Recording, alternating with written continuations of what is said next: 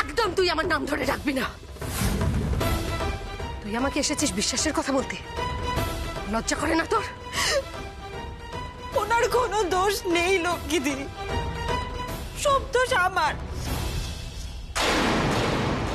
উনি আমাকে বাঁচানোর জন্য এই মিথ্যের আশ্রয়টা নিয়েছিল, সবটা আমার আইডিয়া ছিল। আমার বিয়ের দিন যখন তোমরা আমার বাড়িতে এসেছিলে, তখন দুলাল বাবু আমার ঘরে এসেছিল, আর তারপর আরে বাবা, আমরা মিথ্যে বিয়ে করব, ফেক ম্যারেজ। তারপর আমরা ওখান থেকে পালিয়ে একটা ট্যাক্সি নিয়ে মন্দিরে যাই।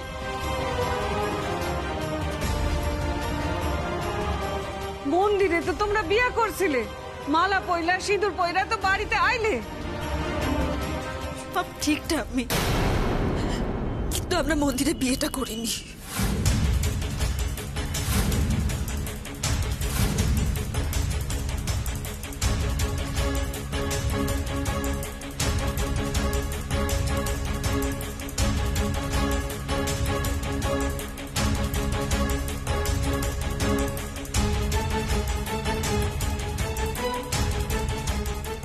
সিঁদুরটা আমি সেদিন নিজেই পরে নিয়েছিলাম। তারপর আমরা মন্দিরের সামনে গিয়ে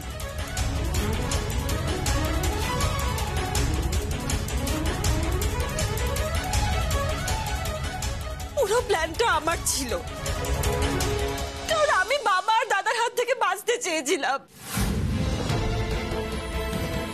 আপনি আমাকে বাধা দিয়েছিলেন, কিন্তু আমি শুনিনি। ওই বাড়িতে থাকলে আমি বাঁচতে পারতাম না, তুমি সেটা জানো লক্ষ্মীদি।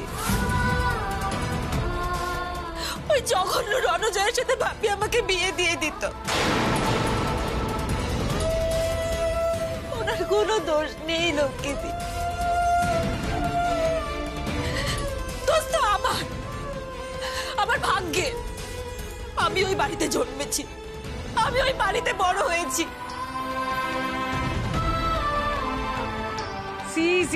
এটা কি কোনো কথা হইলো?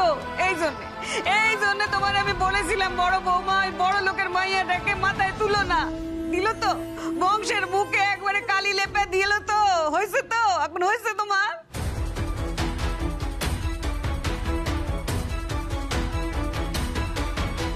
কি ডেসপারেট মেয়ে বলো। সত্যি কি সাহস, লক্ষ্মী মেয়েটাকে কি না ভালোবাসতো। তোমরা এইভাবে কথাগুলো বলো না, ছেলে মেয়ে দুটো তো খারাপ না, ওদের সমস্যা। দাঁড়াও, আমাকে বলতে দাও। তুই আমার ভালোবাসার এই প্রতিদান দিলি? আমি তো তোমাকে সবটা বললাম, তারপরও তুমি লক্ষ্মীদাস সারা জীবন নিজের লড়াই একা লড়েছে, সমস্ত ঝড়ঝাপটা একা সামলেছে। তুই আজকে আমাকে ভেঙে দিবি? লক্ষ্মীদি, একদম মুখে আনবি না ওই নাম। লক্ষ্মীদি, আজ থেকে লক্ষ্মী নামে কেউ তোর কাছে বেঁচে নেই। আজকের পর থেকে আমি তোর কাছে মৃত, আমি তোর কাছে।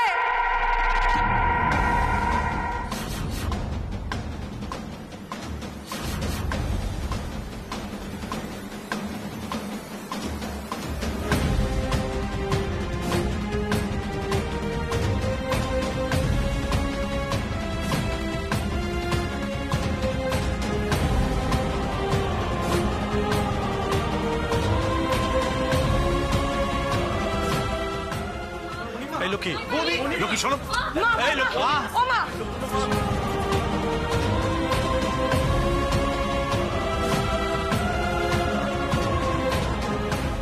আজ থেকে লক্ষ্মী নামে কেউ তোর কাছে বেঁচে নেই। আজকের পর থেকে আমি তোর কাছে মৃত, আমি তোর কাছে। খেলা জমে উঠেছে তাপসী। কিন্তু না মেজদা, মানে বড়দি আবার ভুলভাল কিছু করে ফেলবে না তো? চলুন গিয়ে দেখি। চলো।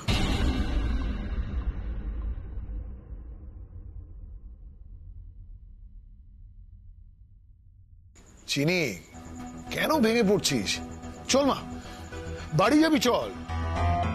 দেখ মা, এইটুকু তো বুঝতেই পারছি যে এই বাড়িতে তোর কোনো অধিকার নেই। একটা দুঃস্বপ্ন, ধর তোর জীবন একটা দুঃস্বপ্ন দেখলি, সেটা ভেবে পুরোটাই ভুলে যা। লক্ষ্মী দাস তোকে আর চায় না, চল। একদম না। আমার মাথার উপর থেকে ছাদ কেড়ে নিয়ে এখন তুমি আমার মাথায় হাত বোলাতে এসেছো। তো খারাপ তুমি বাপি। আজ থেকে তোমার সাথে আমার কোনো সম্পর্ক নেই। আবার তুমি আমার কাছ থেকে আমার মাকে কেড়ে নিলে বাপি। একটাই মানুষ ছিল যে আমাকে নিঃস্বার্থভাবে ভালোবাসতো, তুমি তাকেও কেড়ে নিলে বাপি। কি ভাবলে এইভাবে তুমি আমাকে বাড়িতে ফিরিয়ে নিয়ে যাবে? পারবে না। আমি রাস্তায় বসে থাকবো, তবু তোমার বাড়িতে আমি কোনোদিনও ফিরে যাব না বাপি। আজ থেকে তোমার সাথে আমার কোনো সম্পর্ক নেই। কেমন ছিলি? আমি তোমার মেয়ে নই আর তুমি আমার কেউ নও। এক্ষুনি এখান থেকে চলে যাও বাপি, জাস্ট বেরিয়ে যাও। আচ্ছা ঠিক আছে, আজ আমি আর চুপ। এমনিতেই আজকের পর তোমার কাছে আর কোনো অল্টারনেট থাকবে না, তোমাকে বাড়ি ফিরতে হবে। চলে যাও বাপি, আর কোনোদিনও আমার সামনে আসবে না তুমি। জাস্ট বেরিয়ে যাও। আচ্ছা ঠিক আছে, আজ তাহলে আসি।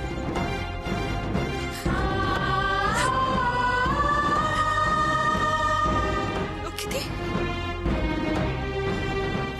লক্ষ্মীদি, লক্ষ্মী, লক্ষ্মী, লক্ষ্মী, দরজাটা খোলো। লক্ষ্মী, এরকম করো না তো।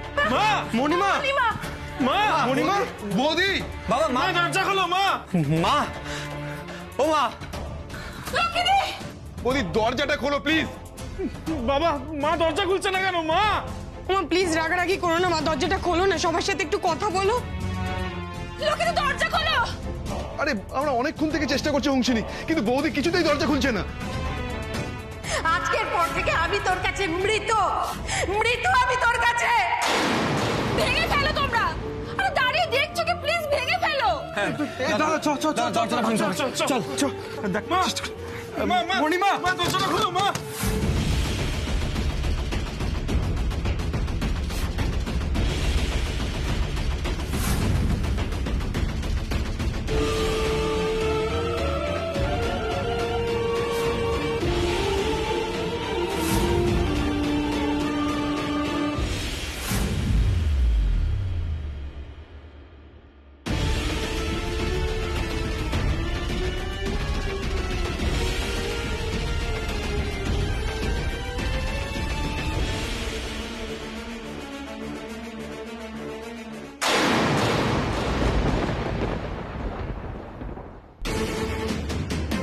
মা,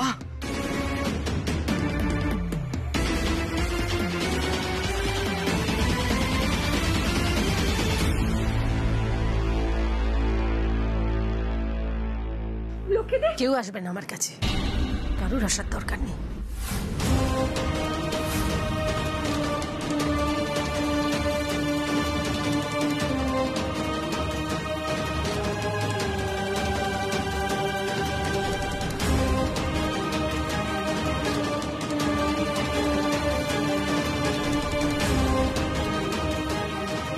শোনো লক্ষ্মী, এরকম করো না। আজকে সংসারে যা ঘটে গেল, তারপরে লক্ষ্মী তোমাকেই তো শক্ত হাতে সব হালটা ধরতে হবে। আমি জানি তুমি সারা জীবন লড়াই করছো, তোমার যে ক্লান্ত লাগে এও আমি বুঝতে পারি, কিন্তু কি করবে বলো? হাল ছেড়ে দিলে তো হবে না লক্ষ্মী।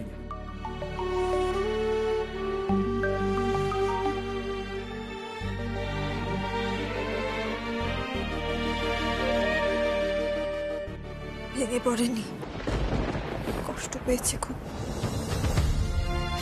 আমি কষ্ট দিয়েছি না?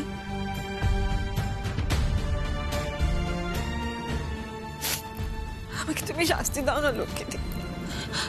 ও লক্ষ্মীদি, তুমি প্লিজ আমাকে একটু শাস্তি দাও। এভাবে বসে থেকো না প্লিজ। একবার আমার দিকে তাকাও, একবার তাকাও, একবার আমার দিকে তাকিয়ে বলে এই হাস, বলো কি দিয়ে এভাবে আমাকে বর করে দিও না। তুমি তো জানো বলো, তুমি ছাড়া আমার আর কেউ নেই। ও লক্ষ্মী, একবার বলো, তুমি তুমি যা বলবে আমি সব মেনে নেবো। তুমি যা শাস্তি দেবে আমি মাথা পেতে নেবো। তুমি আমাকে শাস্তি দাও প্লিজ, আমাকে শাস্তি দাও।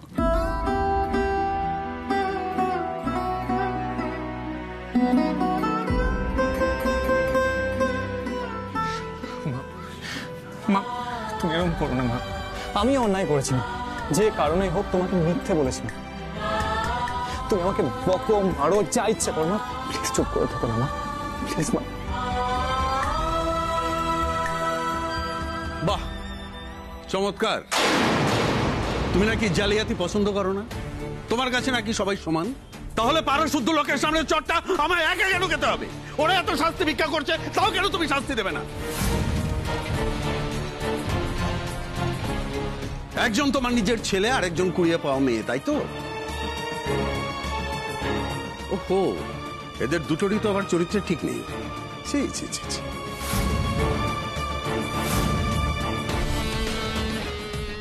বাবা মেজদা, আজ কিন্তু সত্যিই মনে হচ্ছে মাঘের শীত বাঘের গায়ে লেগেছে। নইলে এই কথাটা অন্য সময় যদি আপনি বলতেন তাহলে একেবারে বাঘের মতো হালুম করে আপনার উপর ঝাঁপিয়ে পড়তো। আর আজকে দেখুন। আচ্ছা, তোমরা কোনোদিন বদলাবে না? না, অন্যের ওপর দোষ চাপিয়ে নিজেদের দোষ লঘু করার চেষ্টা চালিয়ে যাচ্ছ এখনো। কোথায় সংসারে এত বড় একটা ক্রাইসিসের সময়ে সবাই মিলে তার মোকাবিলা করবে, কি করে এই পরিস্থিতি থেকে বেরিয়ে আসা যায় সেটা ভাববে, সেটাই তো ভাবা উচিত। এসব তোমরা কোনোদিন শিখবে না? না, এটা সংসারের ক্রাইসিস নয়, এটা তোমার আর আমার জীবনের ক্রাইসিস। আমরা দুজনেই ওদেরকে অন্ধের মতো বিশ্বাস করেছিলাম। আমরা গাধা, আর সেইটার সুযোগ নিয়ে ওরা আমাদের দিনের পর দিন ঠকিয়েছে। তোমার ছেলে আর হোমসিনী আমাদেরকে ইউজ করেছে। বিশ্বাস করো, আমি তোমাদের ঠকাতে চাইনি। ইনফ্যাক্ট এই বাড়ির কাউকে ঠকাতে চাইনি আমরা। ইভেন আজকে অনুষ্ঠান শুরু হওয়ার আগে আমি দুলাল বাবুকে বলছিলাম যে আমরা এই আজকে অনুষ্ঠান শেষ হয়ে যাওয়ার পরে তোমাকে সব জানিয়ে দেবো, তারপর তুমি যা শাস্তি দেবে সব মাথা পেতে নেবো আমরা। কিন্তু আমরা বলে দেওয়ার আগে কেউ তোমাকে আগে জানিয়ে দিবে সেটা চাইনি। বিশ্বাস করো, একবার বিশ্বাস করো লক্ষ্মীদি। হ্যাঁ মা, বিশ্বাস করো। ওদেরকে বলো আমার সামনে থেকে চলে যেতে। ওদের মুখ থেকে আমি আর একটা কথাও শুনতে চাই না। ওরা যে অন্যায়টা করেছে সেটা ক্ষমার অযোগ্য।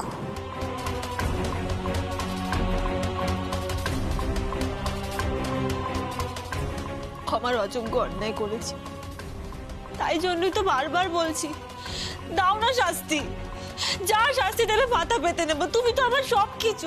শাস্তি তো তোমাদের পেতেই হবে, আমি দেব শাস্তি।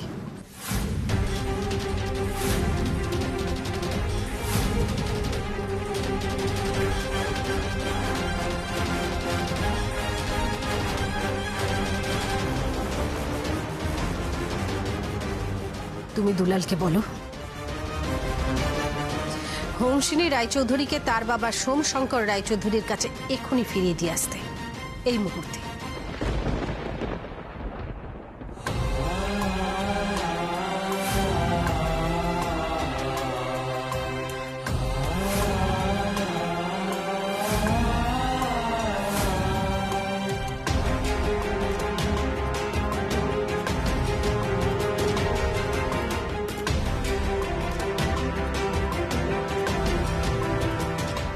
এটা বলতে পারো না লক্ষ্মীদি, আমি ওই লোকটার বাড়িতে কখনো ফিরতে চাই না লক্ষ্মীদি। তুমি তুমি এটা ছাড়া তুমি যা বলবে আমি সব শুনবো। প্লিজ লক্ষ্মীদি, আমি এটা করব না।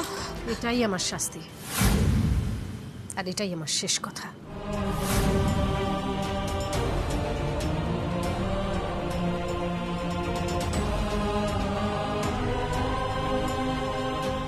যা, ওকে ওর বাড়িতে দিয়ে আয়।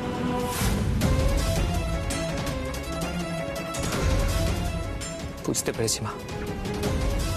আমি নিজে যখন ওনাকে ওনার বাড়ি থেকে ওনার বাবার কাছ থেকে বের করে এনেছিলাম, আমি নিজেই ওনাকে ওনার বাড়িতে ফিরিয়ে দিয়ে আসবো। আর এর চেয়ে বড় শাস্তি আমার জন্য কিছু হয় না।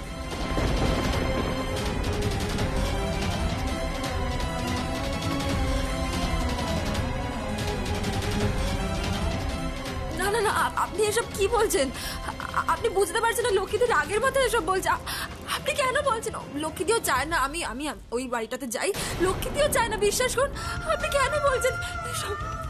লক্ষ্মীদি, তুমি তো চাইতেই পারো না, বলো? তুমি কখনো চাইতে পারো যে আমি ওই বাড়িতে আবার যাই, আবার গিয়ে বন্দি হয়ে যাই, আবার আমি অসুখী থাকি? তুমি এটা কি করে চাইবে বলো? আমি জানি ও লক্ষ্মীদি, তুমি এটা চাও না। তুমি একবার বলো না ও লক্ষ্মীদি। আঙ্কেল, ও আঙ্কেল, তুমি কেন চুপ করে আছো বলো না? তুমি প্লিজ একবার লক্ষ্মীদিকে বোঝাও। আমি জানি তুমি বোঝালে লক্ষ্মীদি বুঝবে। লক্ষ্মীদি রাগ করে আছে আমার উপরে। প্লিজ আঙ্কেল, একবার বোঝাও না লক্ষ্মীদিকে। শোনো অংশিনী, তুমি লক্ষ্মীর জন্য অনেক করেছো, লক্ষ্মীও তোমার জন্য অনেক লড়াই করেছে সেই প্রথম দিন থেকে। সে যেদিন তুমি মেলা থেকে আমাদের বাড়িতে এলে, মানে বলা ভালো লক্ষ্মী তোমাকে জোর করে নিয়ে এলো, না জেনে না বুঝে না শুনে। তাই নিয়ে মার সঙ্গে আর আমার সঙ্গে লক্ষ্মীর তো কম ঝামেলা হয়নি। তবুও আমাদের কারোর কথা না শুনে লক্ষ্মী তোমাকে আমাদের এই অভাবের সংসারে থাকতে দিয়েছিল। কিন্তু তুমি তো লক্ষ্মীর সেই লড়াইয়ের, তোমাকে মর্যাদা দেওয়ার কোনো সম্মান রাখতে পারো। তাই লক্ষ্মী আজকে তোমাকে যে শাস্তি দিচ্ছে সেটা তোমাকে মাথা পেতে মেনে নিতেই হবে।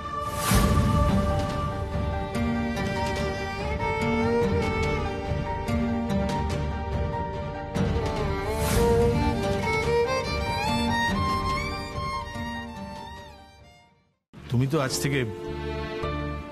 থেকে আমাদের এই বাড়ির কেউ নও। আমি তোমার উপর জোর খাটাতে পারি না। তুমি চাইলে এই শাস্তি মানতে পারো, নাও মানতে পারো, কিন্তু এই বাড়িতে তোমার আর থাকা চলবে না।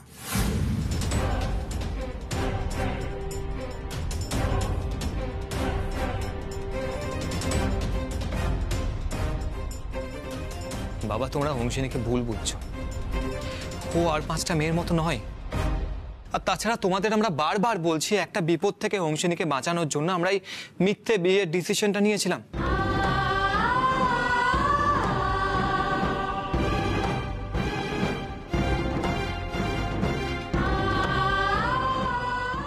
আমি বলেছিলাম আপনাকে, সময় পেরিয়ে যাচ্ছে আর কেউ আমাদের বিশ্বাস করবে না। বৌমনি চলে গেলে আমাদের খুব দুঃখ হবে।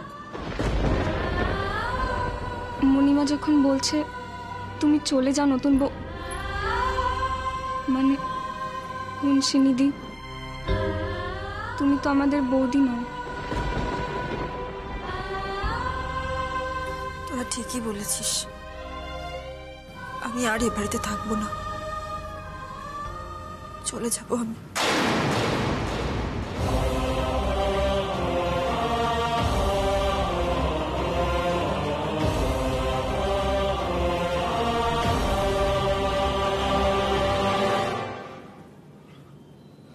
অংশিনী,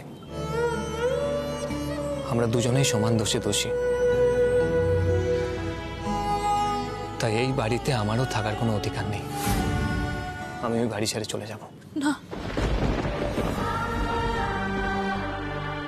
আপনি তো আমার মিথ্যাটাকে প্রশ্রয় দেওয়া ছাড়া আর কোনো অন্যায় করেননি।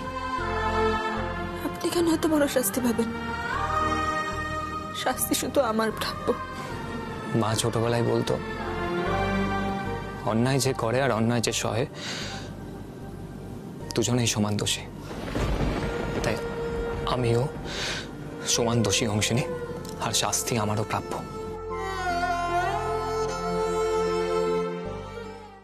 তোকে আমার কিচ্ছু বলার নেই দুলাল। তোকে আমি কি বলবো বল? ছোটবেলা থেকে তুই নিজে যেটা মনে করেছিস সেটাই তুই করেছিস। ঠিক করে লেখাপড়া করিসনি, নিজের পায়ে দাঁড়াসনি, এরকম একটা জীবন সঙ্গী জোগাড় করেছিস যেটাও ছেলে খেলা।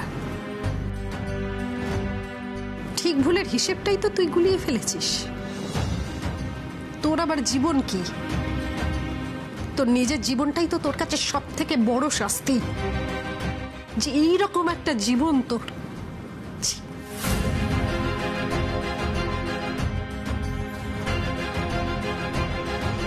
বৌদি, বৌদি তুমি একটু শান্ত হও, এভাবে বলো না ওকে।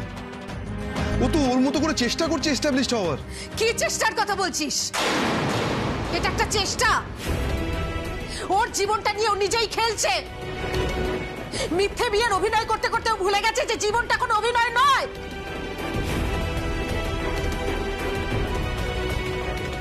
তুই নিজেকে নিজের সব থেকে বড় শাস্তি দিয়েছিস দুলাল। তোরা একে অপরের পাশে থাকবি। ছি ছি ছি ছি ছি ছি ছি। ওদেরকে বলো এই মুহূর্তে আমার মুখের সামনে থেকে দূর হয়ে যেতে। আমি ওদের মুখ দেখতে চাই না।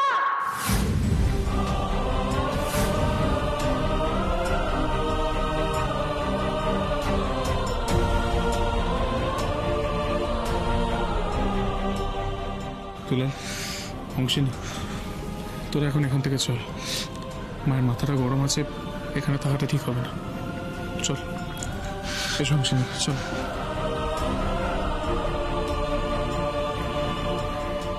তোমরা চলো।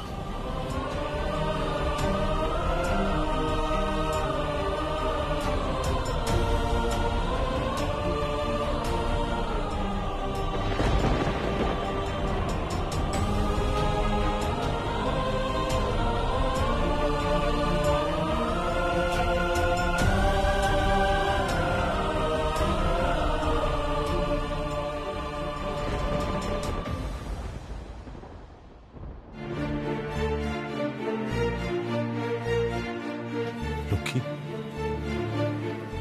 আমরা ঠিক সিদ্ধান্ত নিলাম তো? আমার সিদ্ধান্ত ঠিক না ভুল সেটা নিয়ে আমি আর একটা কথাও বলবো না। বলবে সময়। সময়ের থেকে বড় বিচারক কেউ হয় না।